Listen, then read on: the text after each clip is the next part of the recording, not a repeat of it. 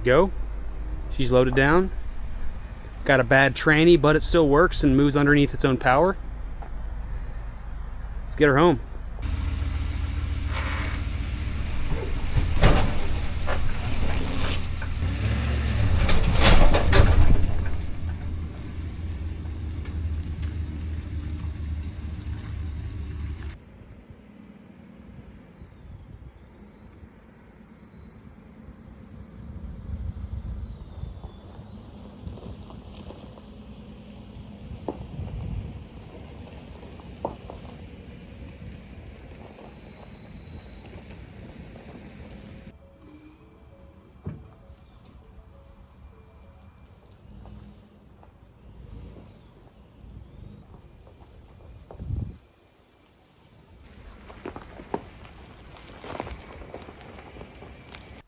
Welcome back, y'all. So today we have a awesome video that I'm super excited for.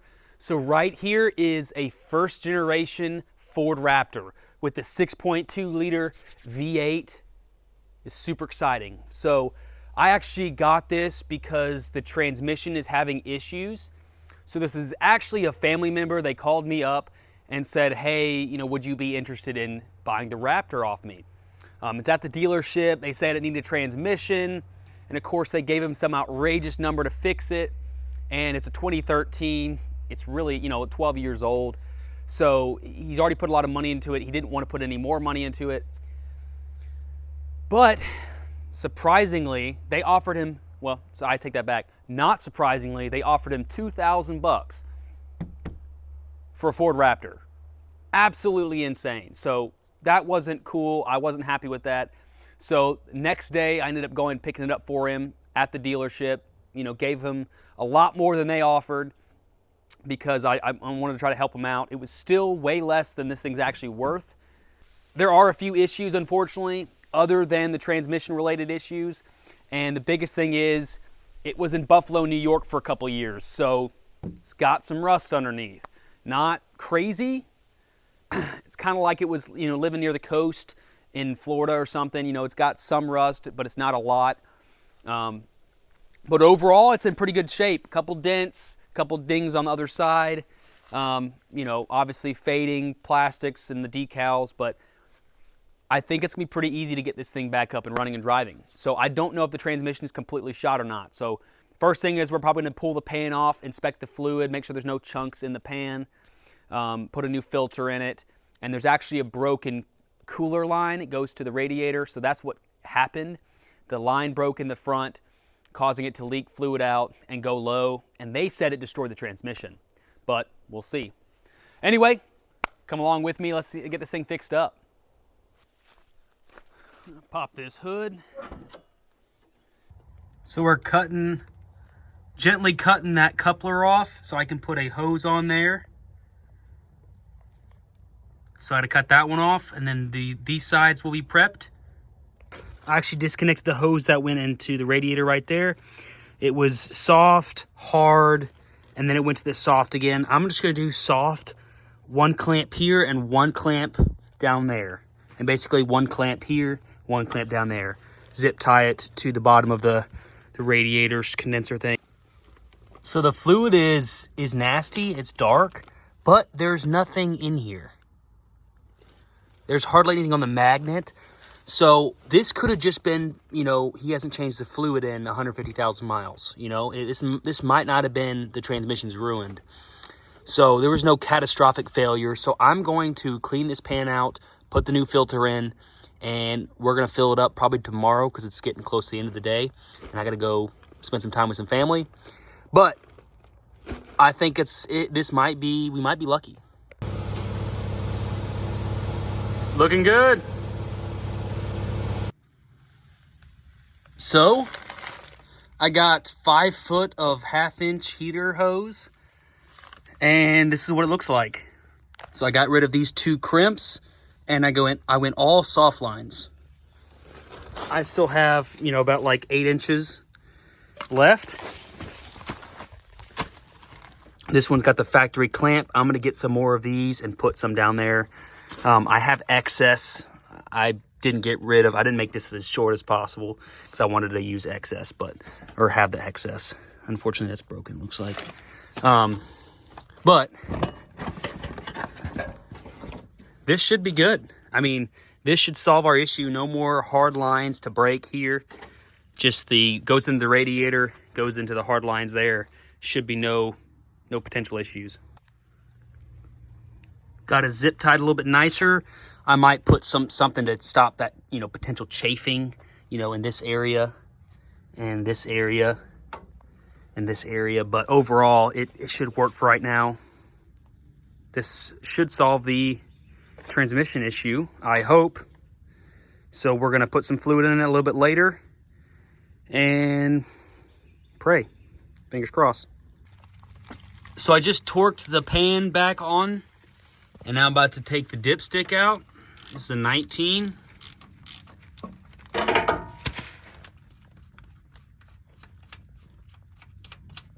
And we're gonna fill her up. Oh, there we go. Stupid. Give me a freaking something that runs up, not this crap. Gonna fill the container up. I got a nice hose that I can reach easily up in there with, and I'll just fill her up, and then we'll run her, get her up to temp, see if that fixes anything.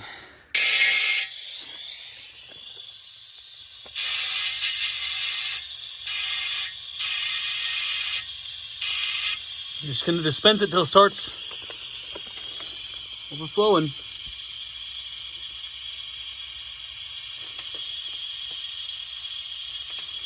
Super nice tool. This is worth like 50 bucks, whatever this thing was.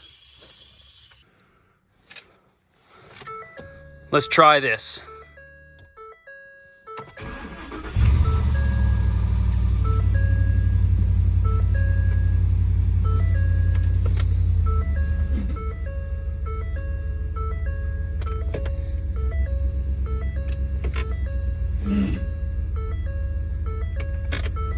Shut up.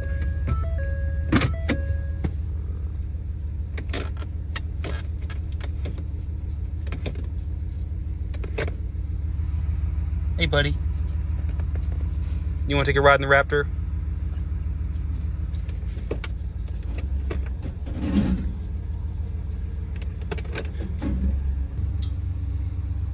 Let's see what it looks like on the dipstick. Be careful with the exhaust, it's hot. Already even.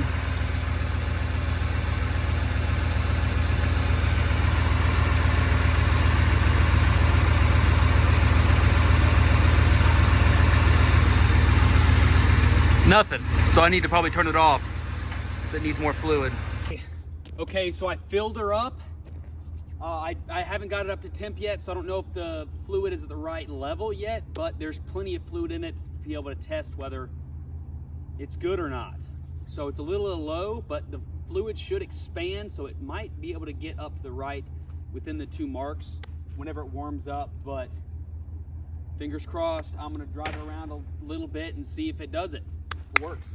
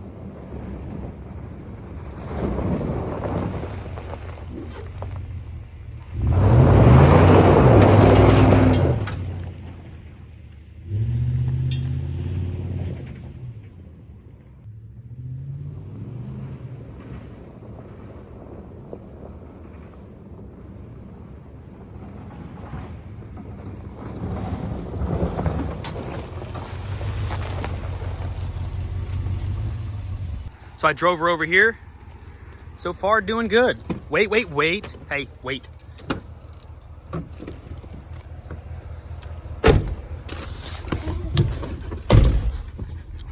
132. Ooh, 132.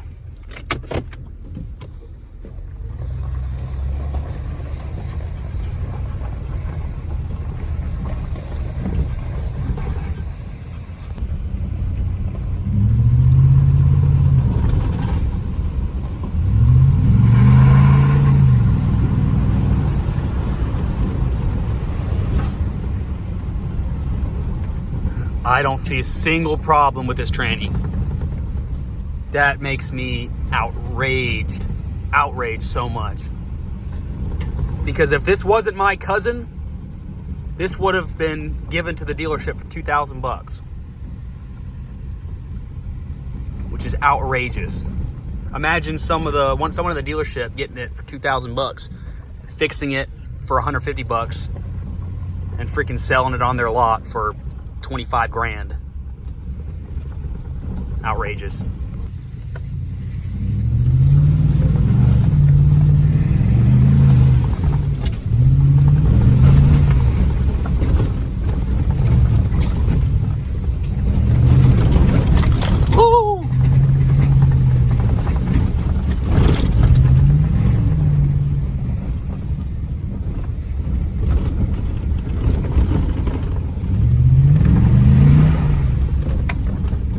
There is nothing wrong with this transmission.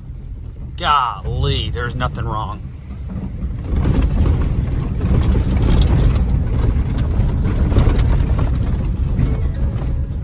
Low fuel level. Lights are flickering some though. That's not great. This thing's been through the ringer for sure.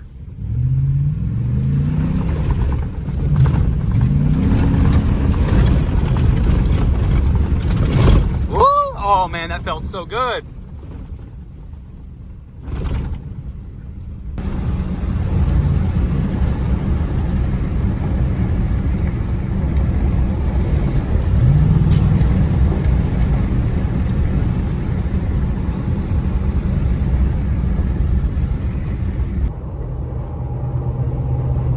So I've been driving it for about like 25 minutes, already fueled up, and it's given me a few hiccups, but overall, it's doing good. Doing good. I'm so far very, very happy.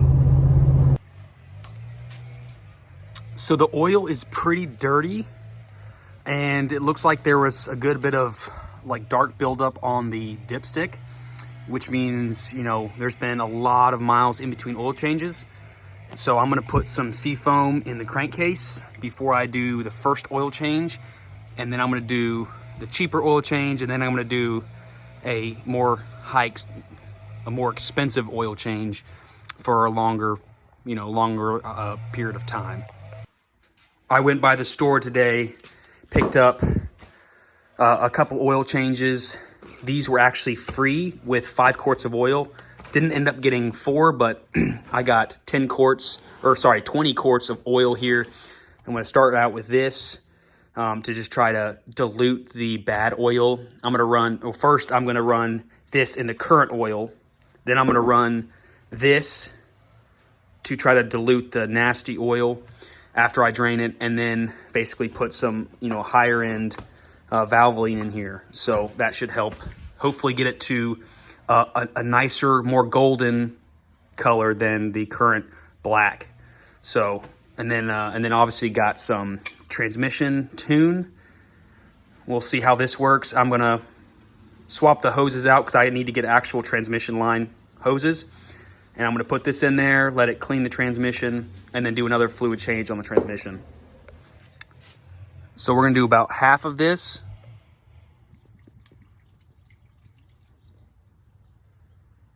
About 7 ounces.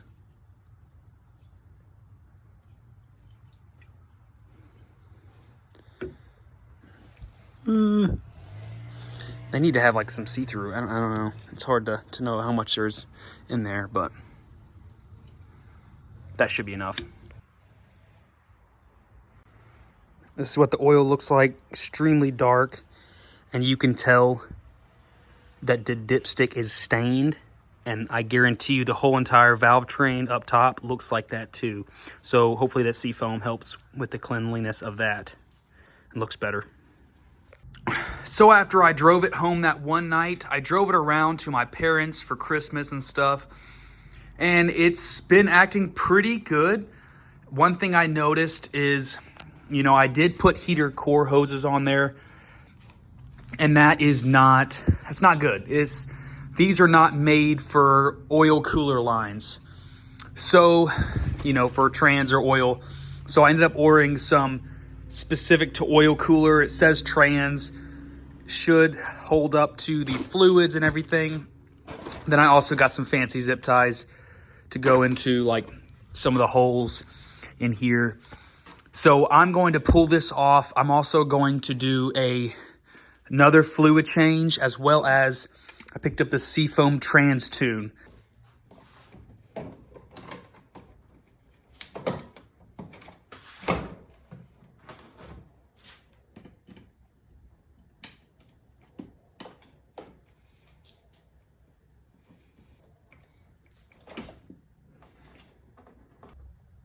So, see, that fluid actually looks pretty good. So unfortunately, I didn't show it very well, but there's those two lines right there. Those were previously crimped with, you know, permanent, like that one right there, that crimped fitting. They were both like that. And those are apparently what fail commonly in these trucks. So I was trying to eliminate those, so I cut those off, and I was putting the rubber hose directly on that and clamping it. And apparently that's a good fix. So I'm gonna just get the cooler lines on there instead of these heater core, and then we should be good. I'm gonna drain a lot of this fluid out and then put new hoses on, and then basically pull the tranny fluid out of the pan, and then basically redo everything I did except use that Trans Tune Seafoam stuff.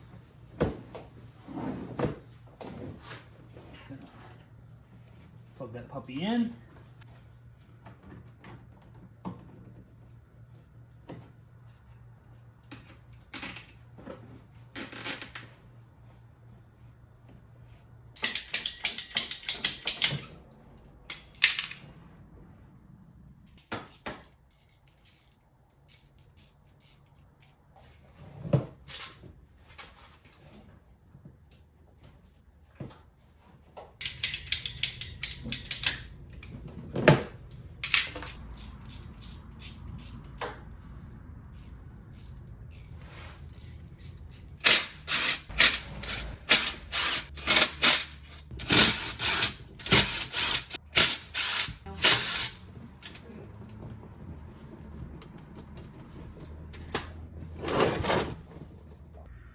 So this is what the fluid looks like again. It's more red than last time, but it's still pretty dirty. So I'm going to clean this pan entirely out again, put some Trans Tune in it, put probably, you know, another gallon or two in. We're gonna drive it and see how it drives. So I got it back on there, torqued everything down. So now we're gonna pull the plug off right there and fill her back up.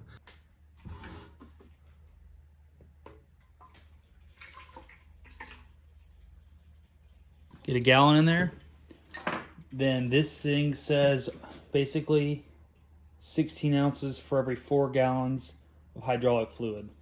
So I'm gonna look up how much fluid total is in a Raptor, and then I'll put this thing in there. It'll probably be like, I think there's probably like 3, maybe there's 4 gallons, but we'll see. So we're gonna do majority of this 16 ounces. We'll probably do like 12 or 13 ounces because this Raptor has a total of 3.25 gallons. And so this is full 16 ounces is for 4 gallons. So let's just do most of it. It's also red too.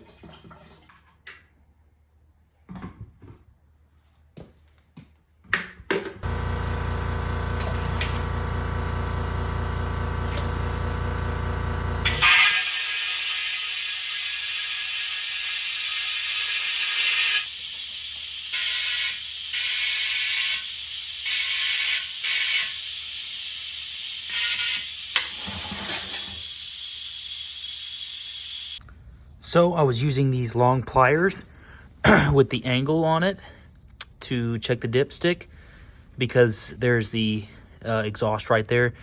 It's off right now, so it's not a big deal, but it's just easy to do it. But when I run it in a second, these will be very valuable. But anyway, I filled it up all the way with the vehicle off, and I have fluid prepped and ready. So whenever I crank it up, it will drop to suck through all the lines, and I'm gonna start filling it up to try to get it, you know, in this vicinity until it warms up, and then hopefully it'll be, you know, around A or B.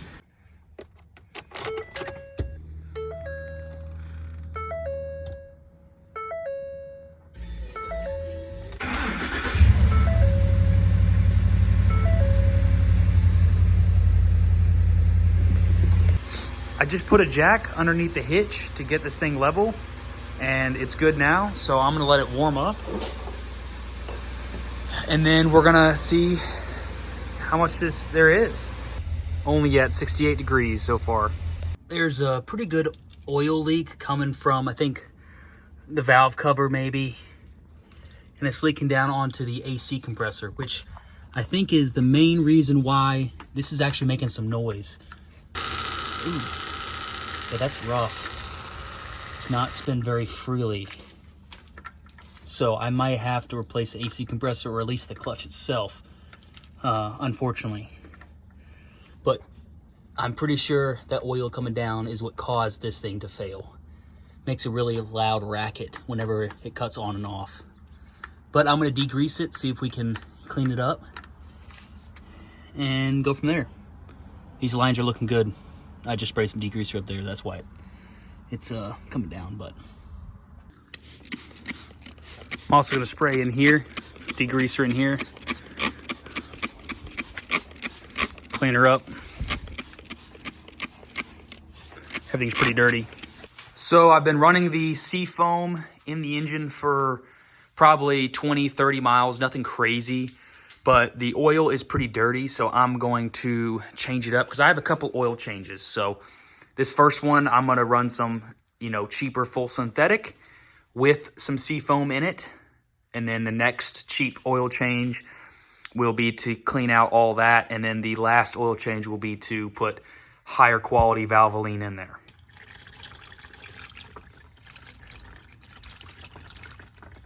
Pretty dirty. The filter is on the front of the housing, and Ford gave you this little plastic thing to direct all the oil right out, which is nice.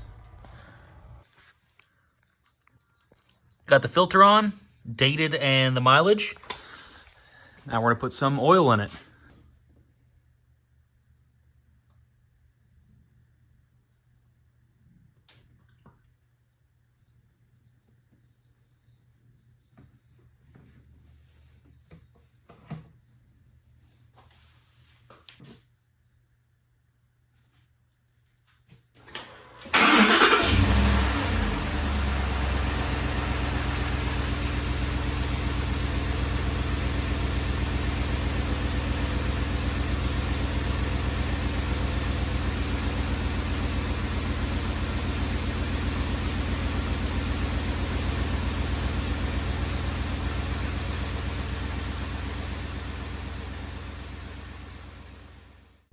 Another thing I've noticed, this thing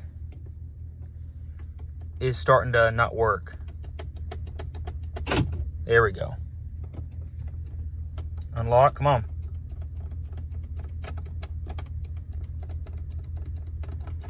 So you have to go to the other side. So I'm gonna take this apart, see if I can clean it, and see if it gets, you know, starts working again. If not, there's 17 bucks on eBay. So, but that's another little quirk that I gotta fix. So I popped this off. I'm actually gonna disconnect this and like actually pop it out of its housing and see if I can clean the terminals before I order a new one. Well, I should take that back, I unplugged it, but, and see if I can get it to work consistently by just cleaning it, or if I have to buy a new one. So this is the switch. basically looks like these things are pushed down on by those like rockers, and basically on these circles right there will cause it to contact. I think maybe that's metal right there. Maybe the, you know, it's got continuity in it and connects all those.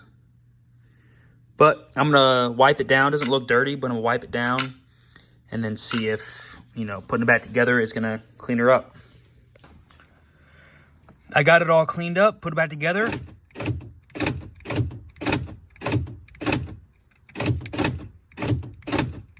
So far, works every single time. Just those contactors, a little dirty. Heck yeah, I was free.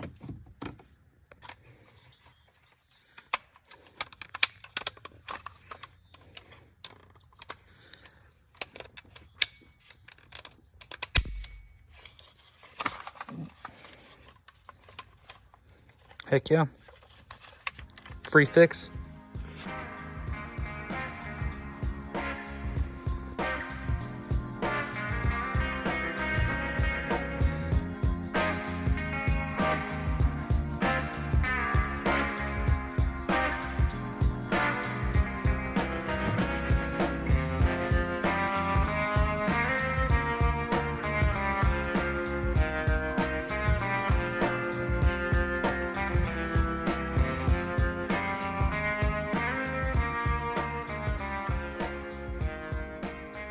So I'm at a buddy's house. He actually had ForeScan for the Fords. So we are linked up to the truck and we're gonna delete the transmission adaptives.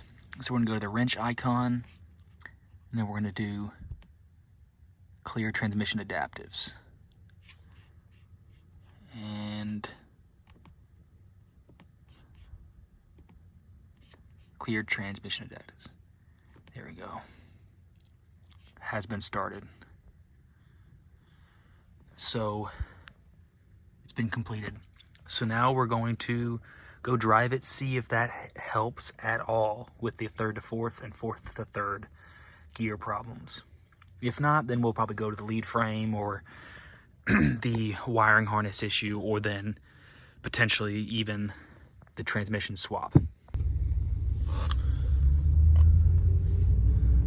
All right, the first time driving it after the resetting the learning adaptives.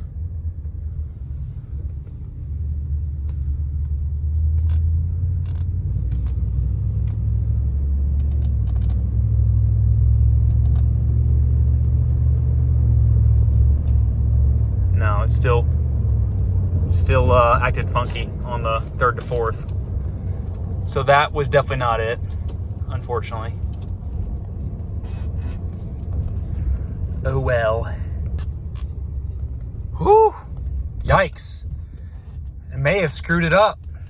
Now it was acting up in fourth and fifth. Or sorry, fifth and sixth. It went to first. Oh, now it's in third right now. What the heck?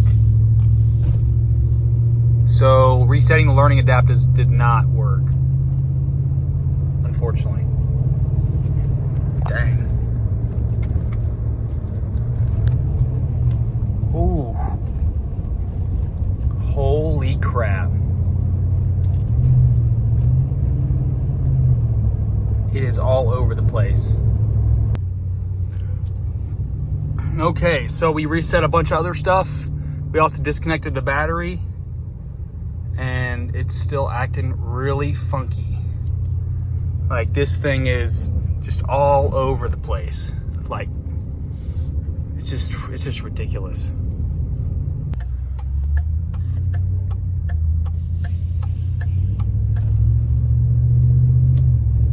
Smooth to 3.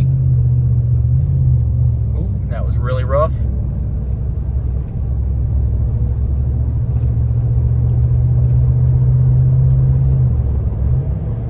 Oh, revving up. Go back to fourth. Go back to fifth. Back to fourth. back to fifth, back to fourth. Holy crap. Like what the actual heck?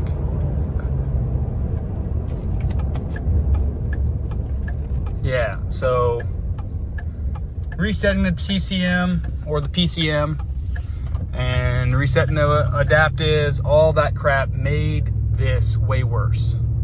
So we got the new transmission right here. I'm about to pull that pan off to get the numbers off of the valve body to be able to program it. Then I'm going to just make sure it seals up right, torque it down, and then I'm going to pull that thing out and hopefully get it swapped out this weekend. So one thing we're going to have to remove is this exhaust, which unfortunately, with a little bit of rust, is going to make it even more difficult. So there's one piece right there. I sprayed it with PB already. Connection right there, and the connection before that cat right there. So I may cut that one and that one off with a grinder, but that one I'm going to have to try to hit with an impact. So that one's going to be a little tricky, but then we'll be able to pull this whole thing out. Then we'll be able to pull the drive shaft off. Then we'll be able to disconnect these lines, disconnect the drive shaft. I may have already said that. And then this member right here, this cross member. And then we'll put the jack underneath it before that, obviously. And then obviously the front drive shaft as well. It's a four-wheel drive. Shouldn't be too bad. I mean, when we pull the starter out, we able to get to the flywheel, the torque converter bolts, excuse me. Then probably pull the whole thing down with the transfer case too. And then we'll go from there. So I got those bolts off with an impact. I cut that one off. And then I got the drive shaft out. Not too bad. Now I just got to get those bolts out.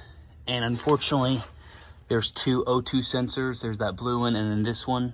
This one was accessible. That one, I don't know how I'm supposed to get to that. So it's either disconnect the O2 sensor at the cat or somehow get to that, the one that's actually up there above the transmission. I don't know how I'm gonna get that one out, unplugged, so I can pull the whole thing out, but I'm gonna have to somehow. I might pull the cross member out and lower the transmission to be able to access that easier. So I took the cross member out. I also removed that exhaust. I was able to unbolt it and then hit it out from this side with the soft blue. And so I'm gonna be able to get this one out pretty easily. I was able to drop it and access the upper, the first O2 sensor plug. And so now I'm gonna be able to pull the whole thing out pretty easily. And so we can finally access the whole entire transmission. So the exhaust has two hanger brackets. And so I have to be able to remove it, I'm gonna have to remove the hanger brackets, which is the transmission mount. So I got the ratchet over here, removing that bolt that I can't get with an impact, and then I get the other one, then I'm gonna get the other three with the impact. And we're gonna pull this whole entire piece off, and then we'll be able to pull the exhaust completely out. I got the whole wiring harness disconnected, pulled off to the side. I got the drive shaft disconnected. I put a strap right around on the main shaft, pulled it forward, and I just tapped on it until it broke free. Seems to work really well. I got obviously all the exhaust out. I got everything off. Basically just have to pull the starter, get to the flex plate bolts, disconnect the shifter cable, the cooler lines, and then the main bell housing, and then we can pull it off. So I got the starter out. That was pretty challenging.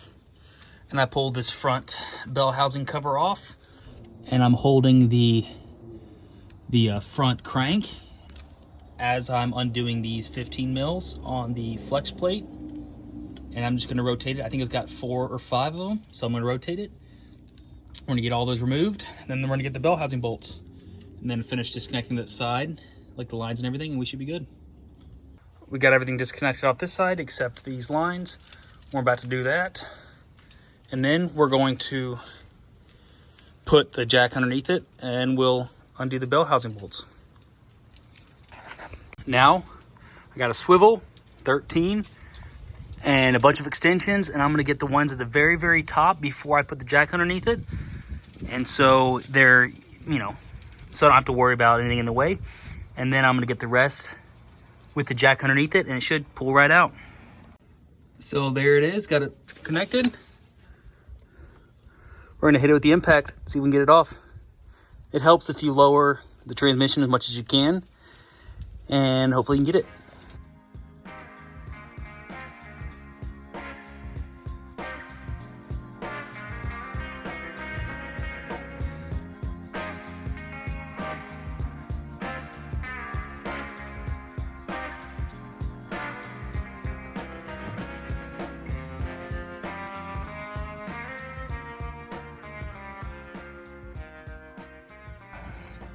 So here we are. We got the flex plate right there. I'm gonna hit it off real quick. I can't tell if it's leaking, but you know, worst case scenario, I replace it and it's just, you know, good reassurance, you know. It's weird, there's a little bit of wetness above right at the head gasket on that side. I gotta figure out where that's coming from. I think it's coming from forward of the engine, but we'll see. I don't see enough oil coming from elsewhere other than the rear main, because seemed like there's a good bit on the bottom of the bell housing.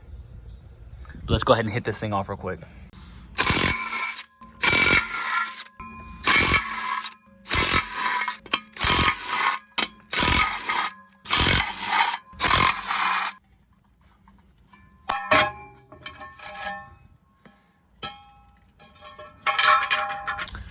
Oh yeah. She's wet. That's good. There's the cover. I'm gonna scrape off all of that old sealant and clean that off, and then clean off the crank right there. Then I'm gonna swap out that seal, clean off in there. We should be good.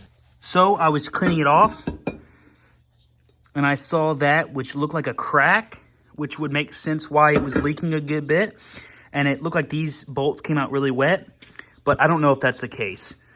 I tried to pressure test it with the rubber tip, and I put a little bit of degreaser on there, which should bubble, but I didn't see any bubbling, so I think it's good. I'm just gonna make sure to seal these up pretty good, and even potentially put some sealant on the bolts themselves.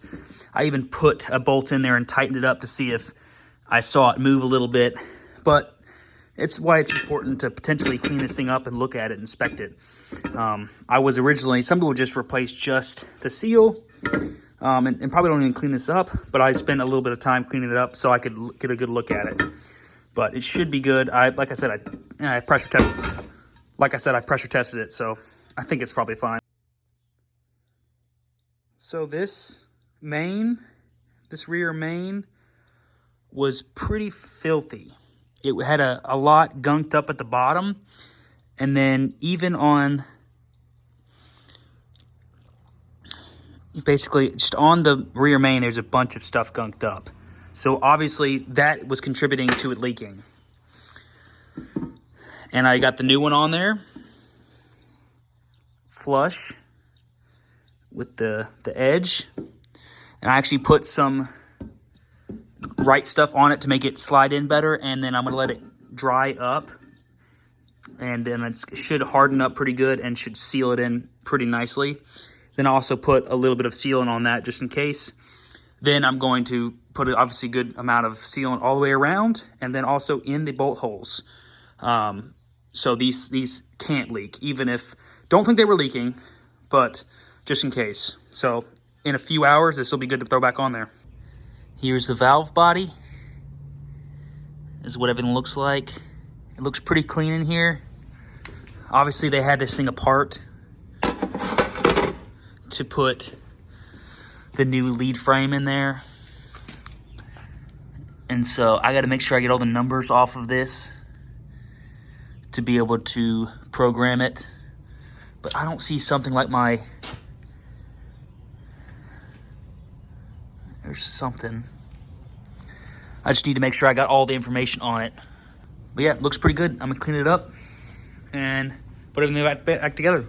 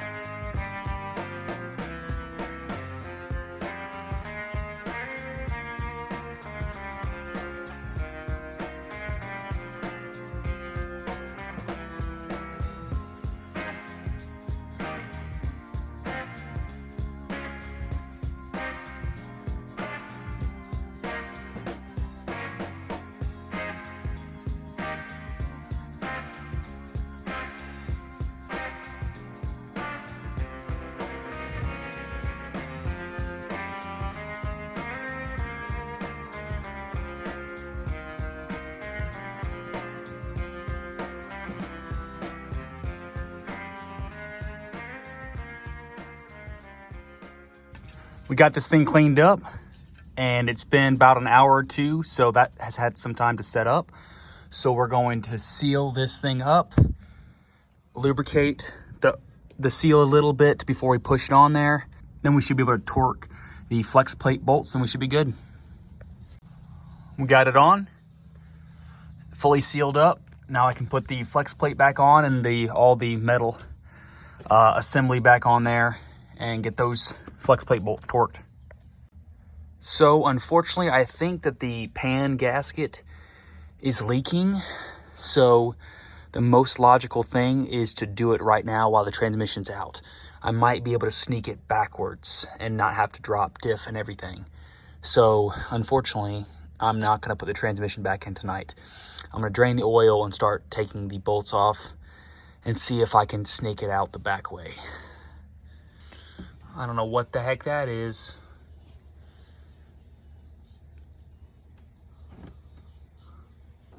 You see that? That very well could be the sea foam, potentially, because I didn't see that in the last oil change. So this has been in there for maybe 50 to 100 miles. So that could be what the sea foam is, because this is actually pretty dirty. The oil change is really fresh, so this is sea foam and the just a mixture, so that could be what it is. Okay, so I removed all the bolts on the oil pan. Let's see if we can get it out.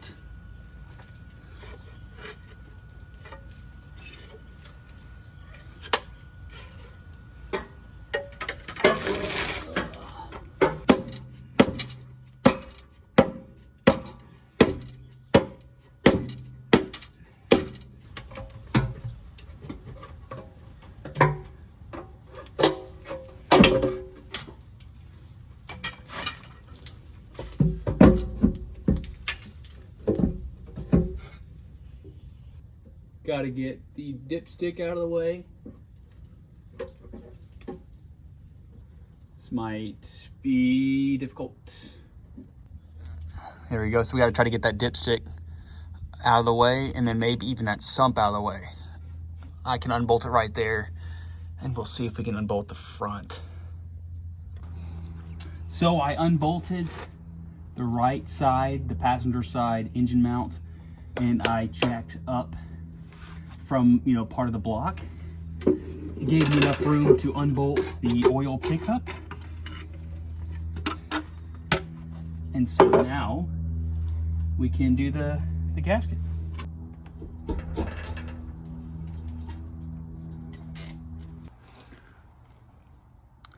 So there's some of that crap. I think that's sea foam, because I ran sea foam in the last little bit. You can see buildup of crap around the seal. There's some crap in the pickup. some crap down low. Now we're gonna clean this thing all the way up so we can get a new gasket in.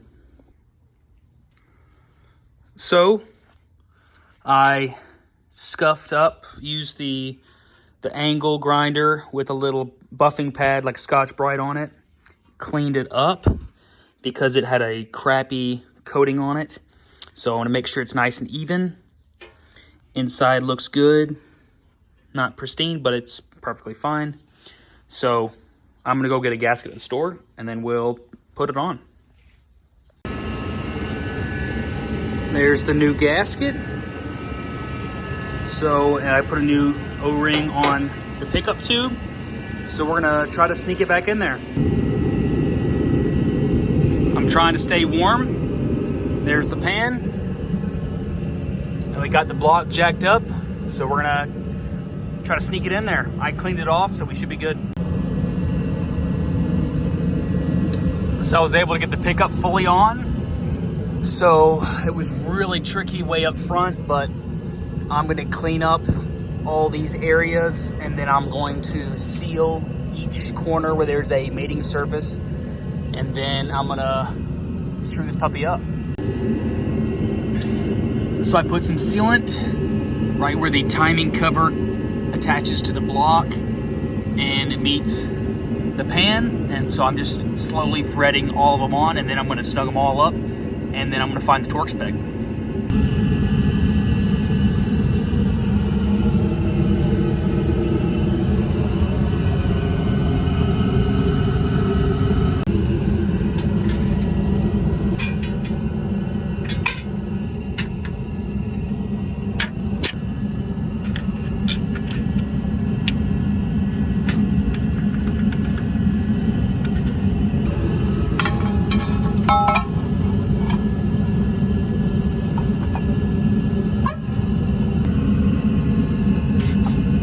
It only goes on one way, apparently.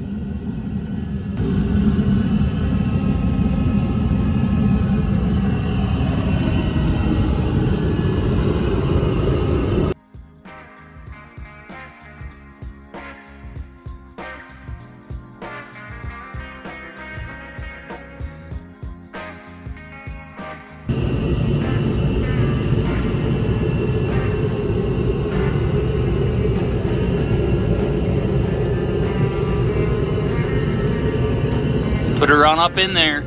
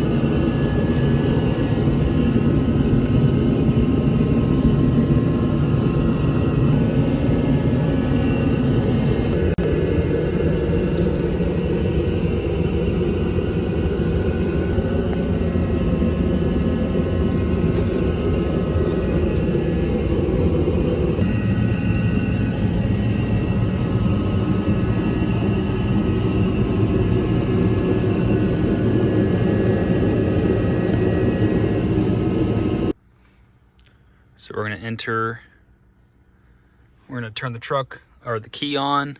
We're going to go into FORScan, make sure it's plugged up. Okay. Connect to the vehicle. Yes, switch to real mode.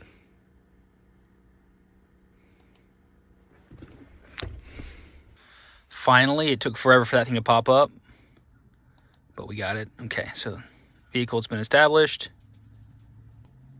Let's see, 2013. Okay, reset all adaptives. Press go.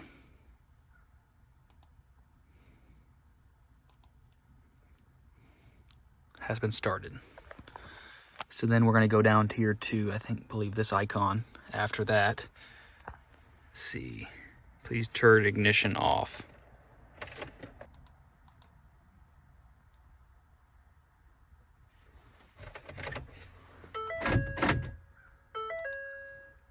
Nice. Okay, it's been complete. So we're going to do characterization update.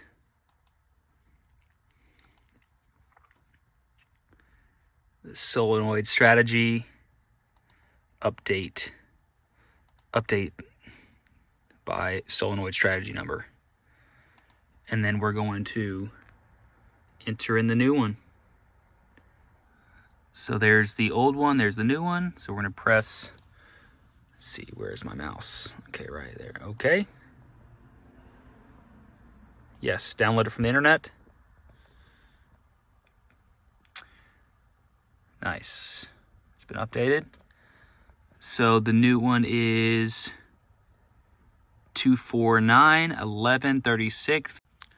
Now we're going to come over here, reset all the DTCs. Okay, I want to recycle the key on and off.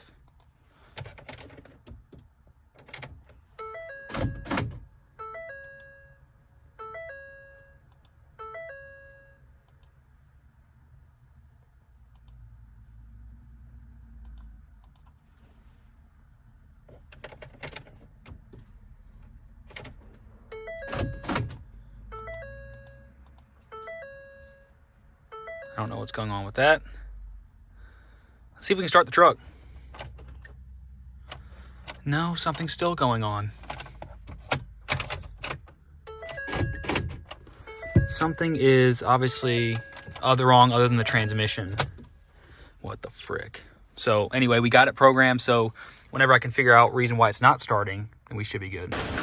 So I figured out what was going on with the no start issue, and that was because when I installed the transmission, I hooked up the linkages for the shifter, but I didn't adjust it right. So it wasn't reading that it was completely in park. So I just had to adjust that to where, you know, obviously all the gears were correct. And it started right up, no problem. All right, let's test drive it.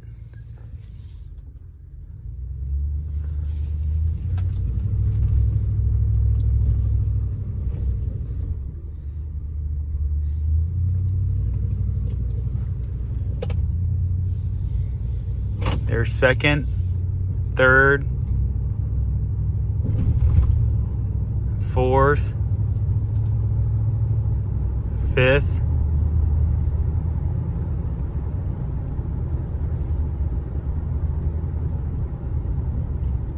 It's kind of fast for this area, but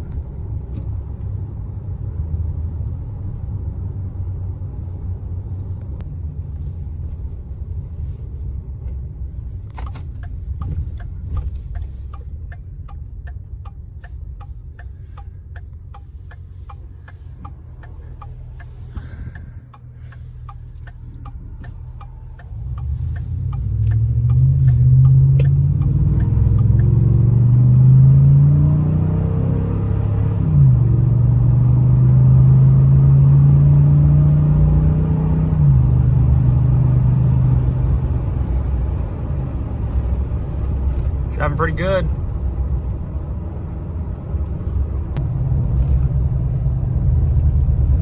It's in 6th gear.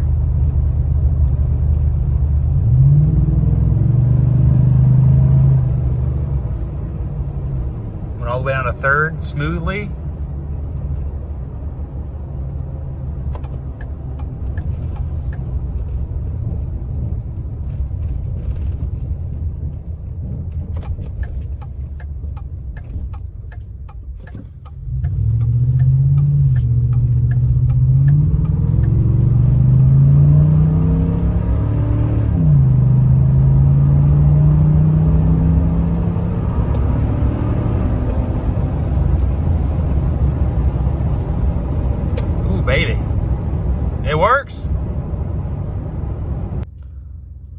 So when I got the truck, there was only one key, and that was limited to 80 miles per hour, so it was not an admin key. Had somebody today come to program a new key for 125 bucks. Nothing too crazy. I thought they were bringing a nice key with remote start and all that, but they didn't.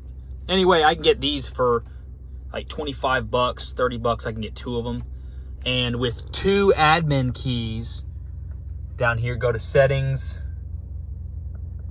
Actually, hold up. Information, my keys. See, 2 admin keys. So when the guy went through programming the keys today, he basically erased that one. So now I have 2 admin keys again. And Fords actually have onboard programming. So with 2 admin keys, you can program as many as you want. So I'm going to get, for 20, 30 bucks, I'm going to get 2 more of these. And so there's no way this thing can ever go down below 2 keys again. So you can always basically program more. So we got a problem with the sunroof. That's the tilt. It's not letting itself go up.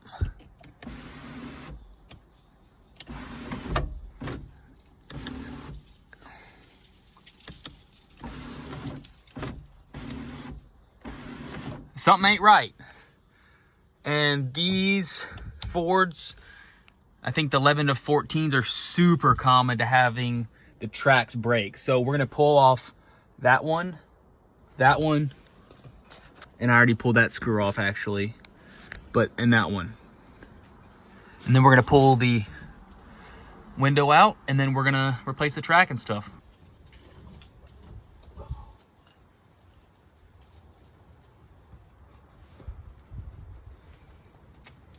Oh, frick. Getting sticks in here. So we're gonna replace, I don't know how exactly this is gonna come apart, but that's gonna definitely come off right here.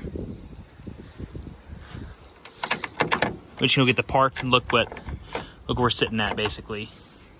So I figured out this was a lot more extensive job than I thought to repair the sunroof. You have to pull the whole entire roofing down, you know, all that, and basically pull the whole entire everything out, which is unfortunate. I was not expecting that, but I actually have a dent in the roof over there, so I can actually get that out while I have the sunroof assembly out, which would be nice. So I'm gonna go ahead and start disconnecting everything up there, all the lights, you know, just basically getting this headliner out so I can get to the sunroof assembly.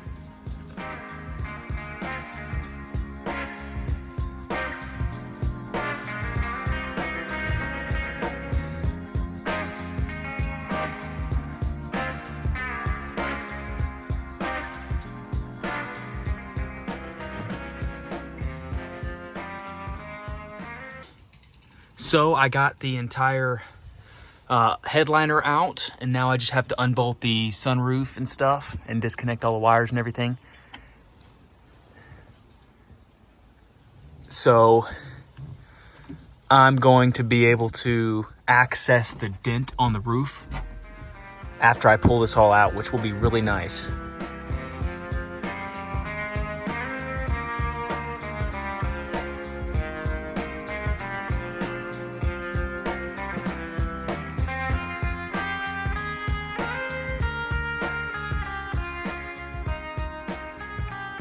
So it's actually pretty easy to remove. So you got these 4 drain lines on each corner. I'm gonna blow those out to make sure they're free. This one was kind of kinked up. But then you just got a bunch of bolts and then 1 plug. So not too bad. We're gonna try to fix it up and then throw it back in. So there's the dent.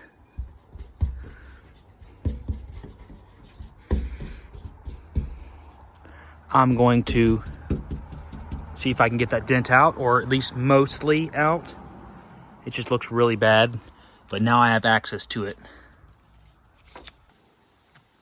So 1 hit from the butt of the soft blow got it looking like that. but I'm gonna use the ball peen just to get some of those small dents out. So it's basically hardly noticeable. I think that we have to drill these rivets out. All the videos I'm seeing, we have to drill these rivets out so we can pull this assembly out, because there's basically this is attached to this track mechanism. You know, it's attached to, I think, this one. And so this motor basically spins and pulls them both in. And obviously that comes backwards and forwards, all that. So it's obviously broken right now, so it won't move properly. But see, look how bad that is. So yeah.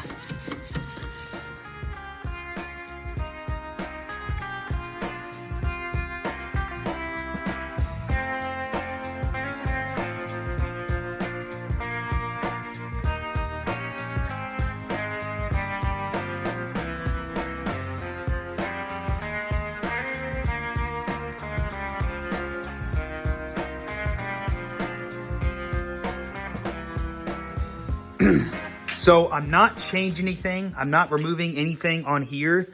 So I should be able to put those exactly where they were. I just got to put new rivets in. And I am not going to disassemble this side yet. But this is the way it came apart. This one in, then this one in, which is all mangled. And then this one. And I think that was in front of that one. Something like that. I might have to watch another video, unfortunately. Just going to clean up these tracks, and then I'm going to put it all together. So that piece was connected to this one right there. That's what it used to look like. So this is the new one. So this is going to go in last, and that's what the cable is connected to. Pretty sure. Yeah, I'm pretty sure that's what the cable is connected to. And then I'm pretty sure it was this one first. Yeah. This one first. And it basically says right. So I'm going to lubricate the track, that inside there, and then we're going to put everything back together.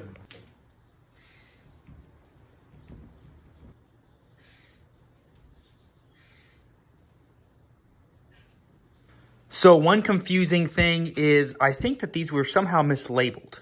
So the L, so the sunroof gets pulled forward right there. That's the front of the truck. This is the top. So we're looking at left and right.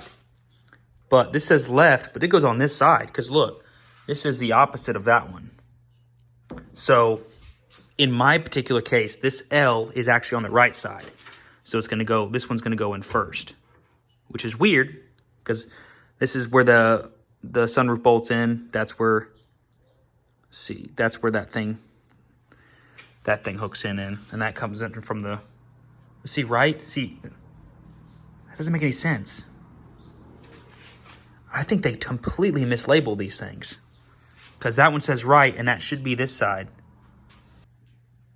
These match up. Actually, they're actually a little different. But this left doesn't match up with that. So, I mean, this says L and a R, but they're going on the same one. It doesn't make any sense. So, I guess you got to be cautious with what, kit you buy. But this one's going to go in with that forward. Then this guy, actually, this other L is going to hook into here with the cable attached.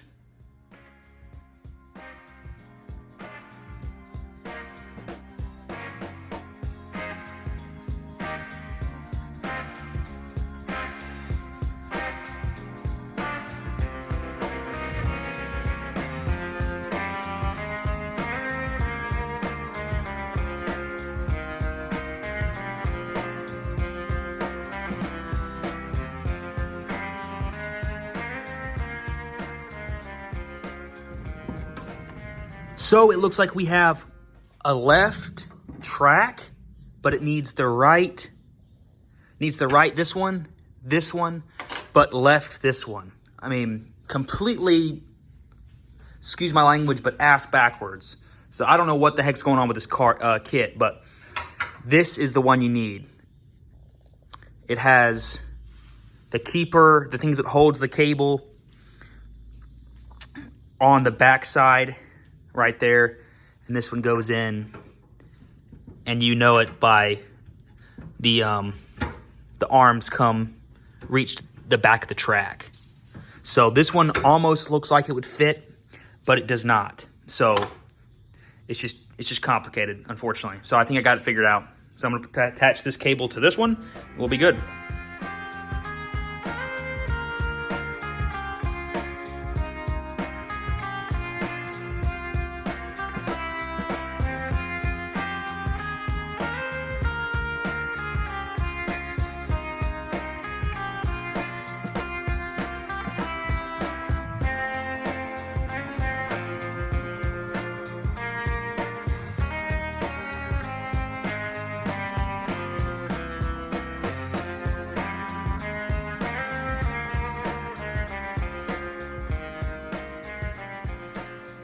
We went and got the Harbor Freight riveter and then some 3/16, and they look pretty good, like factory. So we should be good to put her in. Fingers crossed. Excuse me. Fingers crossed it works.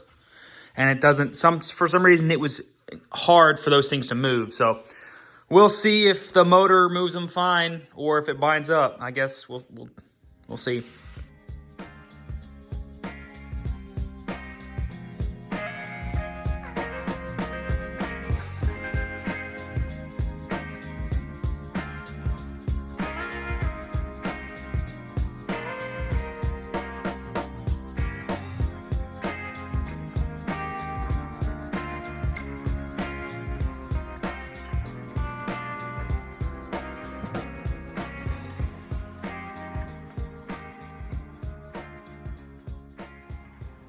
So everything is on there. Unfortunately, the wiring is in the upper thing, obviously. So I have to basically fully assemble it to be able to get the wirings back in here to be able to test it. So yeah, unfortunately, I can't test it until the headliner's back in here. So I'm just gonna go through, make sure there's nothing else I need to do with it before I put the headliner on. I should be good. So one thing I'm checking is I'm gonna run this all the way back manually, which it's pretty stiff, but gonna run it all the way back to the stops back here and make sure they're both even, and then we should be good.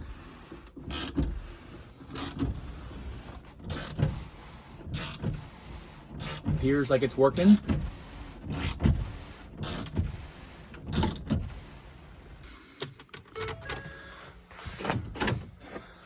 All right, let's. Oh yeah.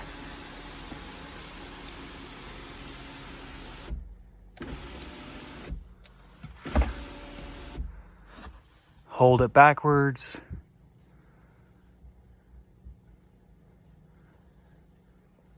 I think you hold it for a really long time.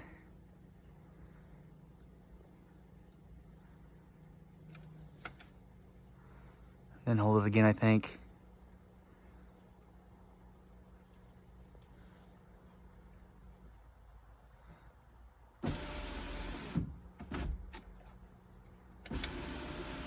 There we go.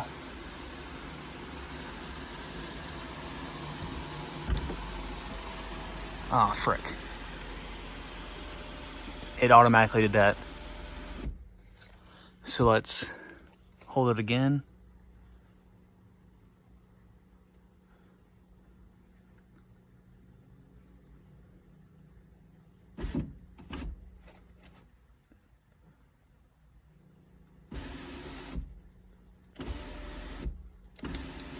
Let's see if it does it now.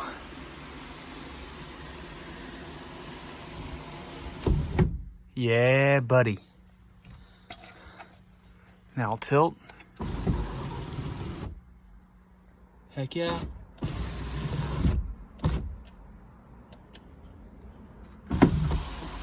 Yeah. Sick. So I got the truck running and driving great. Unfortunately, I wasn't able to finish the restoration. I just got into a position to where I didn't have any more time and I just needed to have it sold. So I sold it, made a profit on it, but it still had problems with the AC clutch and still had the front timing chain cover leaking. But I fixed the pan leak, the rear main seal leak, and I did multiple oil changes. Obviously, I replaced the transmission, got all the lights working. Overall, it's gonna serve the next owner pretty good, I think, and he's gonna have a whole lot of fun with it. It is unfortunate because Morgan actually really, that was her dream truck, was a Ford Raptor. So I wanted to keep it, but realistically, it just didn't make sense. We already have 4 full-size vehicles here at the house for Morgan and I, so there's really no reason why we needed a 5th. So anyway, it's gone. It's unfortunate, but I hope the next owner has a whole lot of fun with it. Until next time, catch you on the flip side.